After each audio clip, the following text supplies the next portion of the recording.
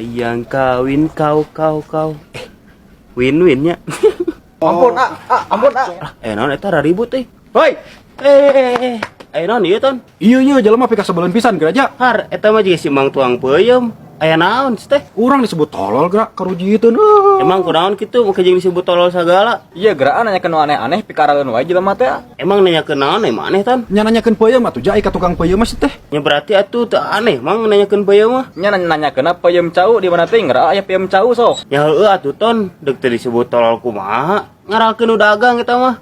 Har, naon jadi ngabela tukang peuyeum ai maneh? Lain ngabela urang mah da manehna nu ngaco. Ngacona belah mana aja ari maneh? Nya di mana atuh ton ai maneh aya peuyeum cau? Nya aya ge peuyeum sampe jeung peuyeum ketan. Mun hese pisan di bejaana. Ganeng maneh tong loba ngomong.